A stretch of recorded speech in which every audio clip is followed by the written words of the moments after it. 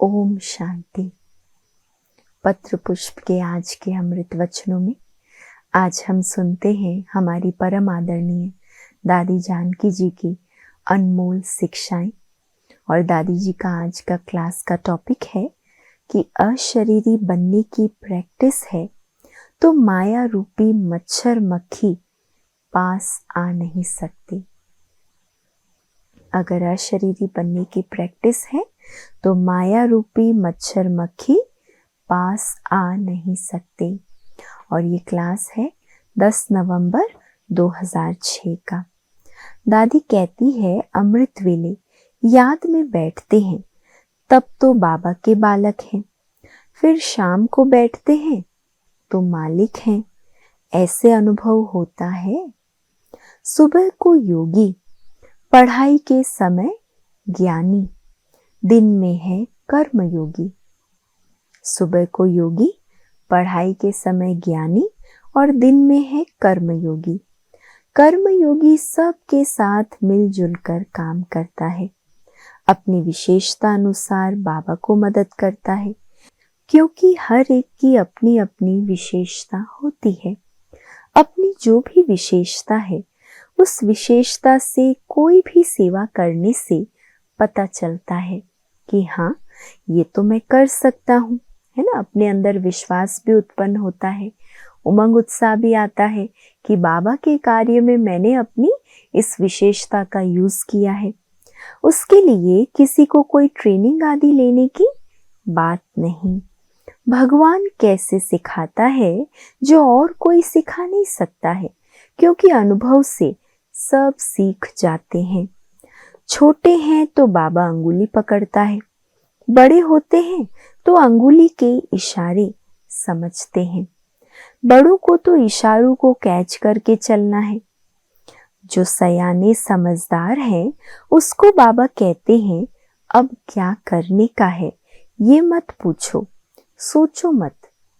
समझदार हो गए, सयाने हो गए तो पूछने की जरूरत नहीं है कि अभी क्या करना है।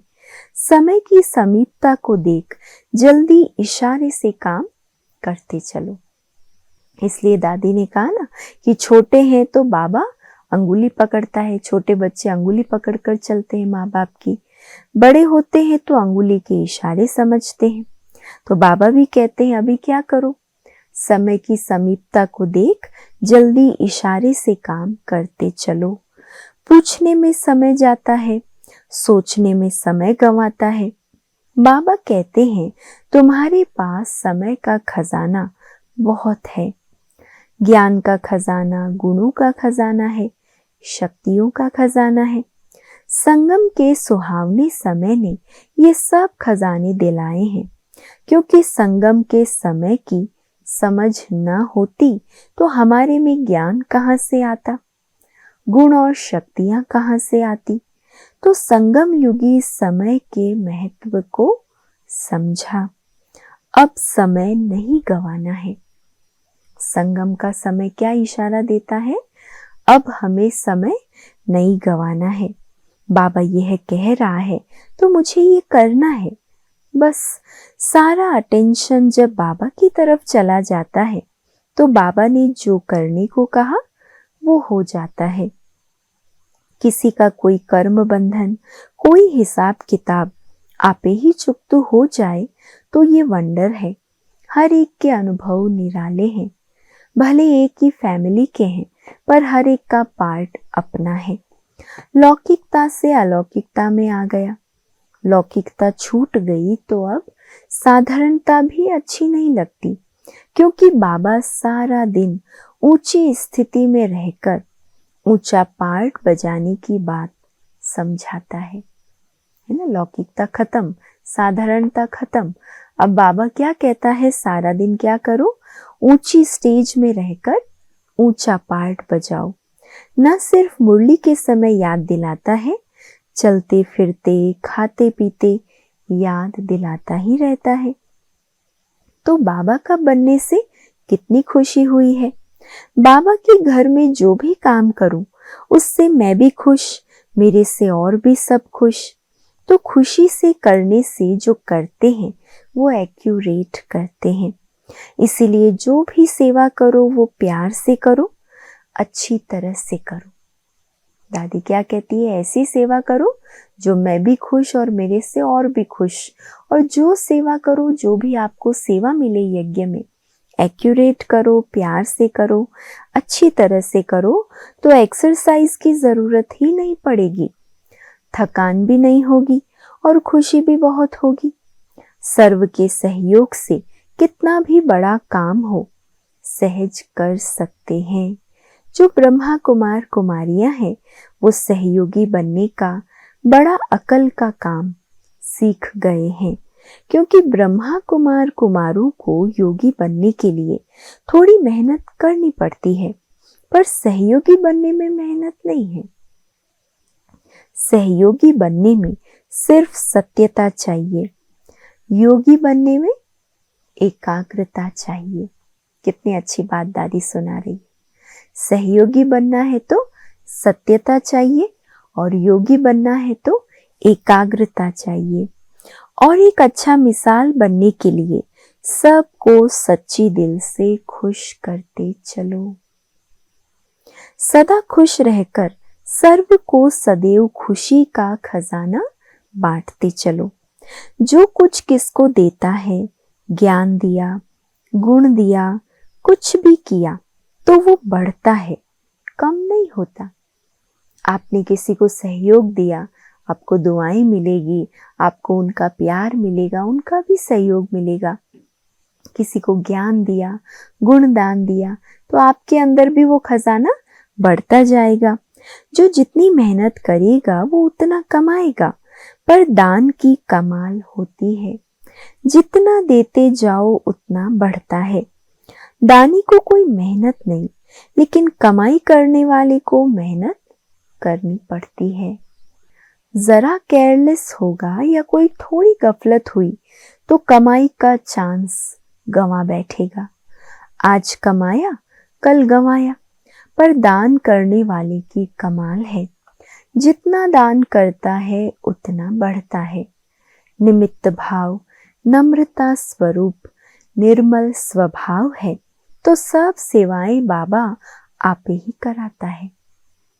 निमित्त भाव है, निर्मल स्वभाव है और नम्रता का स्वरूप है तो सब सेवाएं बाबा आपे ही कराता है। बाबा ने जो सत्य कर्म, श्रेष्ठ कर्म किया, उसका फल हम खा रहे हैं।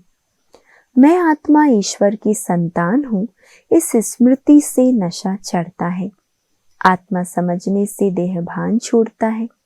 घड़ी घड़ी में आत्मा हूँ, आत्मा हूँ, ये भान रहने से मन शांत रहता है और कर्मेंद्रियां कंट्रोल में रहती है। कोई भी कर्मेंद्रिय कभी धोखा नहीं दे सकती। ये आंखें बड़ी धोखेबाज है, पर यह जीभ रस खाना और बोलना भी कम नहीं है। आंखों को तो हम समझ लेते कि भाई आंखें धोखा दे रही है, पर कई बार हमारा जो जीभ का रस है, खाने का रस, बोलने का रस, दादी कहते ये भी कम नहीं है।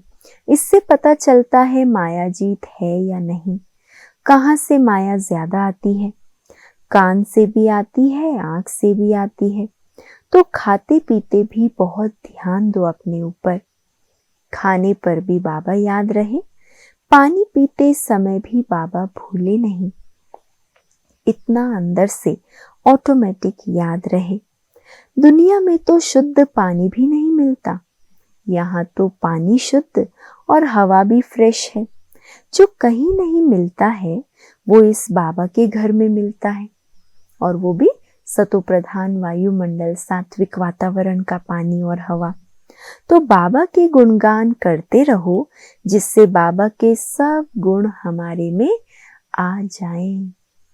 बाबा का गुणगान करते रहो तो बाबा के सारे गुण हमारे अंदर आ जाए। बाबा की जो महिमा है वो हमारी हो जाए। जब बाबा के गुणों पर ध्यान होगा तो वो गुण हमारे में आते रहेंगे। प्यार के सागर बाबा की याद में डुबकी लगाते जाओ तो बुद्धि बड़ी शक्तिशाली हो जाती है। फिर लगेगा झूठी माया, झूठी काया, झूठा सब संसार, ये सब झूठ है और ये एक बाप ही सत्य है। तो ज्ञान के सागर बाप की याद में डुबकी लगाओ तो रत्नों से मालामाल हो जाएंगे। ज्ञानामृत से जो मीठा नहीं बना उसको कभी ज्ञान रत्नों से खेलना आएगा ही नहीं। बॉल की जगह अगर पत्थर से कोई खेले तो क्या हाल होगा। ठीक ऐसे ही जैसा हम बोलेंगे वैसा सुनेंगे। जो हम बोल रहे हैं और उसे वैसा ही सुनेंगे। बाबा कहते हैं जैसा तुम्हारा संकल्प होगा वैसा वाइब्रेशन जाएगा। कहाँ भी हो, किसके लिए कोई संकल्प हो तो वो पहुंचता है ना। इस वायुमंडल में आपने जो संकल्प जिसके लिए छोड़ा वो उस तक पहुंच जाता है। तो हमारे संकल्प में इतनी शुद्धि, श्रेष्ठता और इतनी अच्छी भावना हो तो पास है या दूर है वो वाइब्रेशन पहुंच जाता है। तो कम से कम ईश्वर की संतान हूं, ईश्वरीय सेवा है और ईश्वरीय परिवार है, ये कभी ना भूले। ईश्वरीय संतान हूं, ईश्वर की सेवा होए और ईश्वरीय ये परिवार है, ये कभी ना भूले। मेरे से बड़ा है या छोटा है उस घड़ी परिवार है। अगर मेरे अंदर ये ख्याल आया कि ये छोटा है, समझदार नहीं है, तो मुझे प्यार के सागर बाबा से जैसे कि कुछ मिला ही नहीं, तो ख्याल में भी हमारी खुशी खत्म हो जाती है। दूसरे को खुश करने का है ही नहीं तो देगा क्या। फिर मेरी प्रारब्ध क्या बनेगी। लेट तो हो गया है, समय तो गंवा दिया, सफल नहीं किया। जिसने समय सफल किया, औरों को समय का सहयोग दिया, उसके आगे कोई भी मुश्किल नहीं, वह मुस्कुराते हुए पार कर लेगा। एंजल बनना है तो अपने दिल में बाबा को बिठा दो तो महावीर बन जाएंगे। महारथी के आगे माया आएगी पर महावीर के आगे माया नहीं आ सकती है। वो तो माया को बंदूक लगाने वाला है। महारथी की टेस्ट करने के लिए उसके सामने माया के मक्खी मच्छर आ सकते हैं पर महावीर के सामने नहीं आ सकते। अशरीरी बनने की प्रैक्टिस नहीं होगी तो ये माया के मच्छर मक्खी आएंगे, पर महारथी अपने को समझने से उसे भगाता भी है, पर कभी मच्छर काट भी लेता है। पर महावीर, हनुमान की जय है, महारथी कोशिश कर रहा है, वैजंती माला में आने के लिए नंबरवार पुरुषार्थी है। पर महावीर तो सदा राम अर्थात बाप को साथी बनाकर हर बात में सफलता, गले का हार अनुभव करता है। निश्चय में विजय है, ये अटल विश्वास है। हुआ ही पड़ा है सो हो रहा है। तो अपने लक्षण देखो, महारथी के हैं या घोड़े सवार के हैं। महारथी को भी बड़ा ध्यान रखना है। कोई ऐसा संग, कोई ऐसी बात लेस मात्र भी आई, थोड़ा भी शक्ल पर आया तो महारथी की पोजीशन से उतर गया। तो पोजीशन से अपोजिशन की कितनी भी बातें आए, परंतु स्वयं अपने मन बुद्धि को सेट करके सीट पर बैठ जाओ तो सारा अपोजिशन आपे ही धीरे धीरे खत्म हो जाएगा। कई ऐसे हैं जैसे छोटा बच्चा जो होता है वो एक जगह पर शांत बैठ नहीं सकता, इधर देखता उधर देखता है, फालतू सोचता है, योग में मुश्किल से बैठता है क्योंकि बुद्धि बार बार बाहर जाती रहती। यहाँ संगठन में निमित्त मात्र बैठा हुआ है। मन में कभी गहरी शांति का अनुभव होता है तो बाबा के लिए बहुत प्यार पैदा हो जाता है। कभी ज्ञान की अच्छी बात याद आती है तो बाबा बड़ा अच्छा लगता है। तो बाबा ज्ञान का सागर है, शांति का सागर है, प्यार का सागर है, आनंद का सागर है। शांति और प्रेम इन दोनों से न सिर्फ खुशी पर आनंद स्वरूप स्थिति हो जाएगी। खुशी स्वरूप नहीं कहेंगे, सुख स्वरूप नहीं कहेंगे, लेकिन आनंद स्वरूप कहेंगे। बाबा कहते हैं, तुम्हें ब्राह्मण बनाया है तो तुम पहले ब्राह्मणों के गुण धारण कर लो। स्वदर्शन चक्रधारी ब्राह्मण कुलभूषण किसको कहा जाता है वो ध्यान रखो। तो ब्राह्मणों में भी मेरा पार्ट ऐसा विशेष हो जिसमें पवित्रता है, सत्यता है, नम्रता है, धैर्यता है, गंभीरता है। तो ऐसा ब्राह्मण जहाँ है वो शोभता है ना। ब्राह्मण भी अनेक हैं, लेकिन मेरा स्थान उन ब्राह्मणों में कैसा हो? पवित्रता, सत्यता, नम्रता, गंभीरता, धैर्यता, ऐसी शोभावान मेरी अवस्था हो। ऑटोमेटिक सभी के दिल में उसके लिए प्यार, रिस्पेक्ट पैदा होता है। मैंने इतनी मेहनत की पर मेरे लिए कोई यहाँ रिस्पेक्ट नहीं है। जब ये ख्याल आया तो रिस्पेक्ट और ही दूर होती जाती है। रिस्पेक्ट तो गुणवान को आपे ही मिलता है। इसके लिए धीरज रखो। अगर आप गुणी हो तो आपको अपने आप रिगार्ड मिलेगा। आपको मांगने की या अंदर सोचने की जरूरत नहीं है। बस धीरज रखो तो तेरे सुख के दिन आएंगे।